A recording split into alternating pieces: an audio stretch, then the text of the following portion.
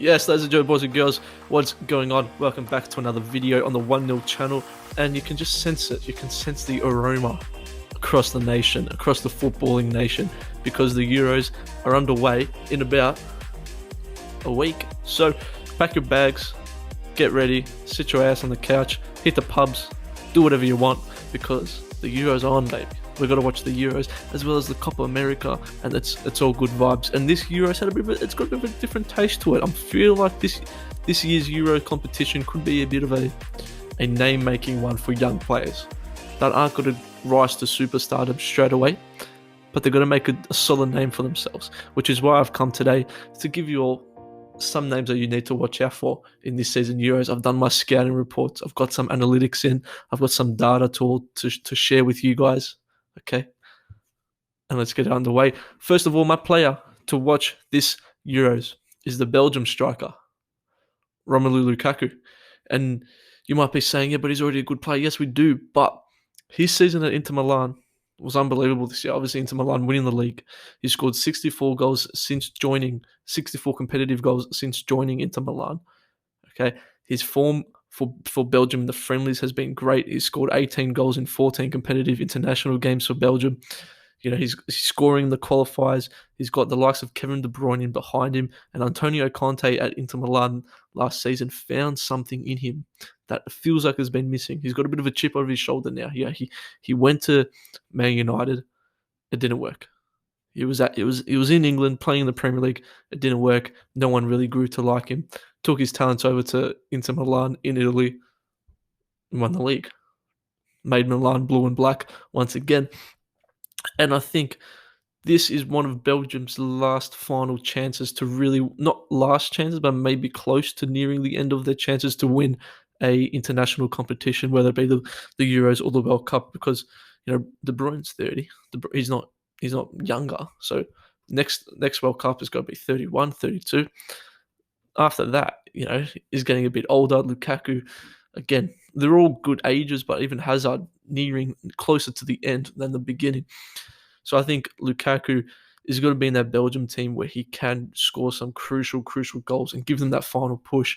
Some honourable mentions in that Belgium team. I'm going to go for Yuri Tillerman. I think Yuri Tillerman this Euros could be very, very solid for Belgium. Obviously, he's been good at Leicester, but I think Tillerman becomes, you never know, maybe could get a big move away after this Euros. You know, the Euros they're known, like the World Cup, they're known for, if players are out of contract or wanting to leave their clubs that they're at, put on a good performance for your nation at a big tournament like this. You never know what's going to happen next. Just ask Harry Maguire. So, obviously, Romelu Lukaku is going to be big. He's my first one. Let me know if you agree. Now, next up, we've gone for a bit of youth. Now, a player who I used to buy on career mode a lot. And I've gone for Ryan Gravenburch from Ajax, a.k.a. Netherlands. Yeah. So Netherlands midfielder. He's a young, 19, 20 years old. Again, some good analytics on him. Done my research. I think he could have a breakout tournament. Okay, Netherlands have obviously got no Van Dijk, so that I think you can hold that Netherlands team. You saw it with Liverpool. No Van Dijk, what that does to Liverpool. No Van Dijk for Netherlands. I don't think it's going to be pretty. Okay, but Gravenburch is been unreal. He played well for Ajax in the European competitions. Played well throughout the season in club domestic football. I think Ryan Gravenburch is a player to watch, a young baller who clubs are definitely looking at, whether they admit it or not. Manchester City, I can guarantee you, would be having close tabs on him. He's a fantastic baller. Ryan Gravenburch, remember the name. I think he's got to have a good tournament this season. He's got to have a good tournament for the Netherlands. How far can Netherlands go? Drop it in the comments. Next up, and this is one that I'd been hearing his name out throughout the year. Didn't pay much attention to him, but obviously North Macedonia qualified for this year's Euros, which is huge. Credit to Macedonia, obviously Pandev, the GOAT. But there's a player for North Macedonia that I think people are going to learn. Napoli fans will already know about him, and that is the young Elmas.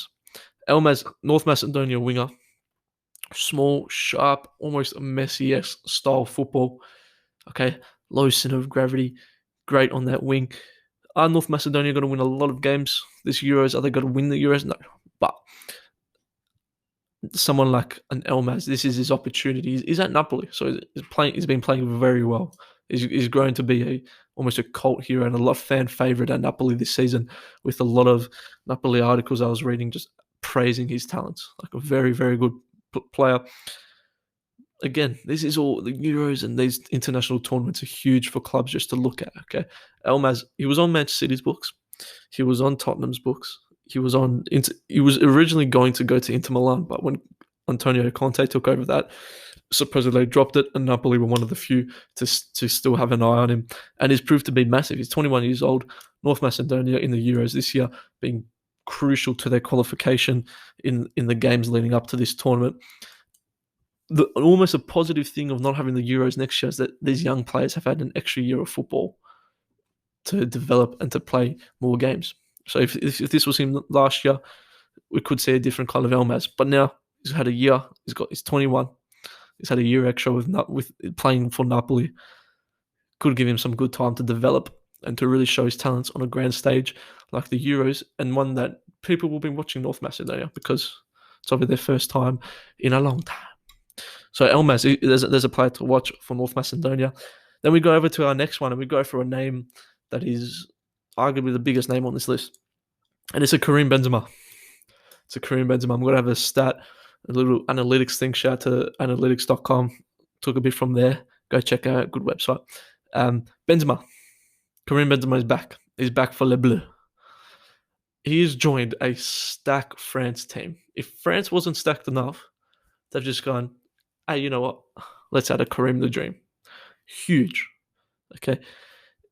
We saw how they played in the friendly that they just played against. They set up in a 4-1-2-1-2 with more central midfielders instead of the wide wingers, with Mbappe and Benzema up front and Griezmann sitting in at that 10, almost a false 9.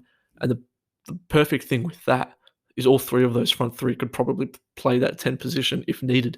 You can see now on the screen we've got Benzema, his passes that he's able to make and his ability to drop in and almost provide instead of receive all the time as striker, like what he does at Real Madrid in certain instances, and what he's probably going to do a lot more for France. I feel like there's a new hunger for him with France as well. Obviously, for the reasons that was well publicized before, he didn't play the last Euros. He didn't play the World Cup. That World Cup, France went on to win. So he's probably got a bit of a chip on the shoulder as well, seeing Olivier Giroud maybe at that World Cup, saying almost like, damn, if Giroud can do that, mate, I'm walking in. And it helps having Mbappe next to you, Griezmann behind you, Pogba, Kante, Varane. It helps having a bloody good team. It's huge. So Kareem Benzema, I'm going to give you my predictions in another video on Wednesday. So make sure you like and subscribe because I'm going to give you all my predictions. But I think Benzema, I feel like he's going to be a bit fiery. I feel like he could have a bit of tickery about him. Could be a good shout for the Golden Boot. So Kareem Benzema is the player that I want you to watch. He's criminally underrated as well. He's been at Real Madrid for all these years, and for some reason Benzema just doesn't. He's not the first name that comes off out of people's mouths, which is interesting. Let me know, Kareem Benzema, what's he going to do at the Euros? Score goals. That's what he's going to do. Banter. Okay. Next player. Now, Italy's team, and shout out to James Lawrence Alcott. I'm shouting out all these people, mate. I need someone to shout at me. FFS. He did an awesome video on Italy, so go check it out because it's pretty cool. And Italy's come in with a young team, and a lot of people are throwing around Italy as a dark horse. I don't think they're a dark horse to win it yet. I think they're a dark horse in terms of they've got a chance to beat an England or to beat a Germany, beat a Spain, beat a Portugal. I think they're a dark horse in the fact that they can cause an upset and they shouldn't be taken lightly, because Roberto Mancini, and something that we have with internationals, is you don't get them for a long time. The coaches don't have those players and the whole squad together like a Liverpool or a Manchester United, where it's a whole 8-9 months. So you can do your pre-season, you can work on stuff during the year. Post-season, you're obviously in touch with them as well. With international football, you obviously don't get that. Yes, you'd be keeping in touch and you'd be talking, communicating here and there. But what Roberto Mancini has been able to do is take his time with the team, bring in youth, and sort of instill the gameplay that he wants to play. what they've done with their team, and the player that I'm going to get to in a moment, I'll get there, ladies and gentlemen, soon, is bringing the youth and the midfielders and play an interesting style of football, one that is not often seen at international football, with their central midfielders almost went into that attacking third, playing a little bit wider. So it almost becomes like a 4 up front. And that's why the player that I'm going to mention is Nicolo Barella. Sorry, I put in my Italian, sorry. Barella, okay? The Inter Milan man he's been on it. He's got to be on everyone's. I've been watching videos on this. Everyone's mentioned Barella. So I didn't want to follow, but I'm going to give credit to him. Inter Milan again, another Inter Milan player. Another player who really shone under Antonio Conte this season. And his ability to distribute the ball, I think, in this Italy team is going to be crucial. He was massive in their qualifiers. He can score goals too. He can score goals or at least create the chances and finish the passes in the final third. And I think the most exciting thing about this Italy team, it almost reminds me of Leeds, not in terms of their attacking sense and all that, and that's not really an Italian style of football, but in terms of they're going to play just smart football. You understand what I mean? I think Barella is going to be crucial for there. They've also got Chiesa on the wing as well. Locatelli playing behind Barella. They've got a lot of young players to watch. And Nicolo Barella, I think, could almost have that Renato Sanchez Euros tournament as Renato Sanchez had last tournament. I think Barella could have a standout tournament. And if Italy do make a push, Man City. Hello, Nicolo Barella. Come to Man City. Could be a shout. Or Juventus, even Italian football. Andrea Pirlo-esque, mate. So it could be good. Italy fans, Italian people, how are you feeling heading into the Euros? Are you living up to, do you believe in all this dark horse hype? Or do you think that you'll do well and just maybe not push all the way through? Let me know. And last but not least, ladies and gentlemen, we've got Kamara from Finland. Rangers midfielder, obviously Steven Gerrard's Rangers winning the Scottish Premier League. Kamara was huge in this.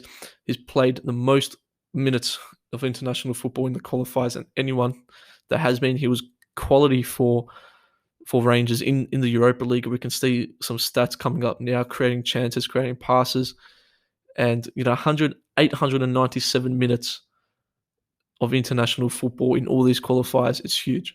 He's obviously got a taste for playing more abroad in the Europa League. They made the push to the round of 16.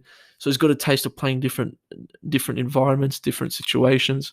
I think Kamara could be one who could be a decent little player to watch.